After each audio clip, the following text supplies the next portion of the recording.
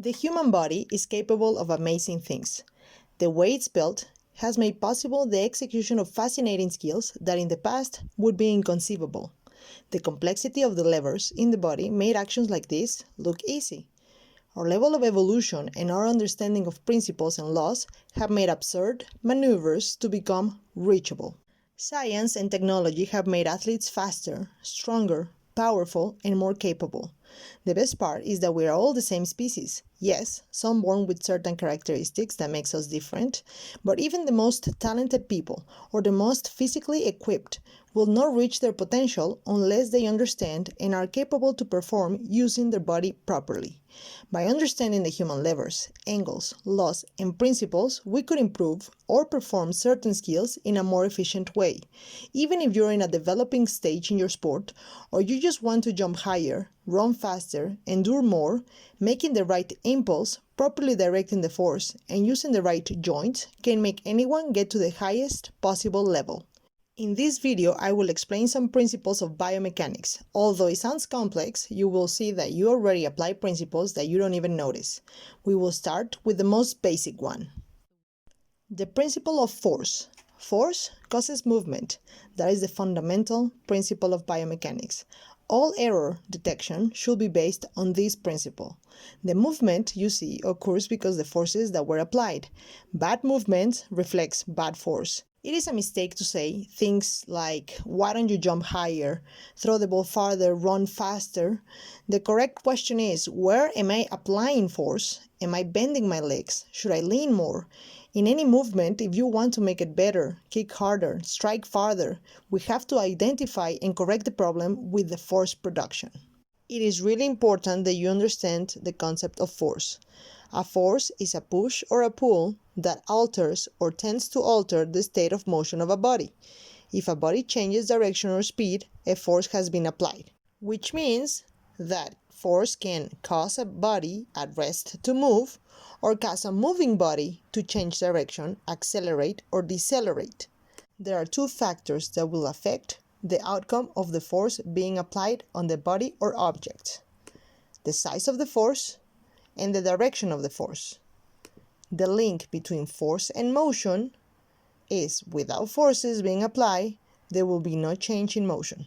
As we can see in the image right here, that person is going to apply force in the back of his foot. When he starts his race, he's going to push off the floor, and that's where he's applying force.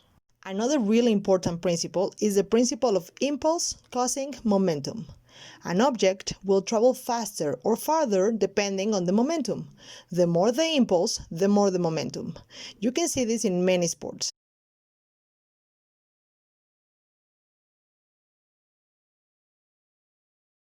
In tennis, when the racket moves back, you're generating impulse to create a larger momentum. However, many people could say that if I'm stronger, then my impulse would be higher, and then I could generate a larger momentum. This is not necessarily true. Yes, momentum depends on the mass, but it also depends on the velocity. The higher the velocity, the higher the force as well.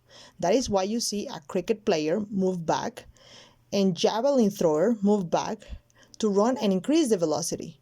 In tennis, you could see a short swing in a volley. It does not generate impulse, thus it does not generate force nor distance.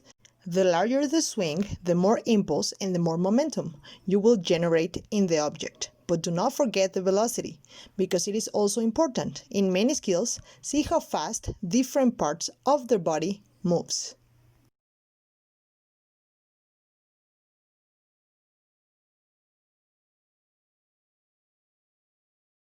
This could connect with the principle of impulse direction. Remember that we talked about momentum in the previous principle. The change in momentum, which means speeding up or slowing down, occurs in the direction of the applied impulse. If the body moves in the wrong direction, the problem comes from the direction of the applied force. In activities like walking, running, and jumping, the push on the ground must create an impulse in the opposite direction to the intended direction of travel, which means to go forward, push backwards, to go upwards, push downwards. It is also important to mention the principle of summing joint forces. Because the body consists of linked segments, Every joint or segment contributes to the force in the movement. All force is generated by the large joints and end up transmitting the force to the smallest segment of the body.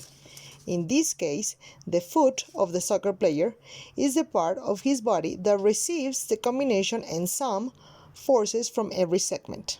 All joints that can contribute should contribute, and the force from each should be as much as is needed. If a joint is not used or contributes less than its potential, the applied impulse is less. Now let's look at the principle of continuity of joint forces. When a movement is performed, look for a smooth continuity of segment motions. A movement cannot be paused. It has to be continuous. If you pause or you hesitate, you lose power. You have to go for it. Follow through. It cannot be any stop. All of the principles connect with each other. Remember the last principle. All of the joints, all of the segments add up strength to communicate the strength to the last part of the body. Any pause, hesitation in the motion disrupts the smooth proximal to distal flow and causes a reduced impulse. In other words, just go for it. It has to look smooth. If it's more paused, it has less power. Our body can do all those marvelous movements because we are full with levers. A lever is what you see in the image. The elbow is a perfect example of a lever. It moves on a fixed point represented by the triangle, as you can see in the image. It can change direction and strength of an applied force. The elbow can go up and down when force is applied. There has to be a load for the force to be applied. A lever can also help in the change of distance and speed of movement. That is why we have to understand the levers in our body to use them properly. These are just some of the principles of biomechanics. Understanding these principles will help you understand how the segments of your body work. For a long time, humans have studied concepts like mass, momentum, force, and velocity to understand movement and how to make it more efficient.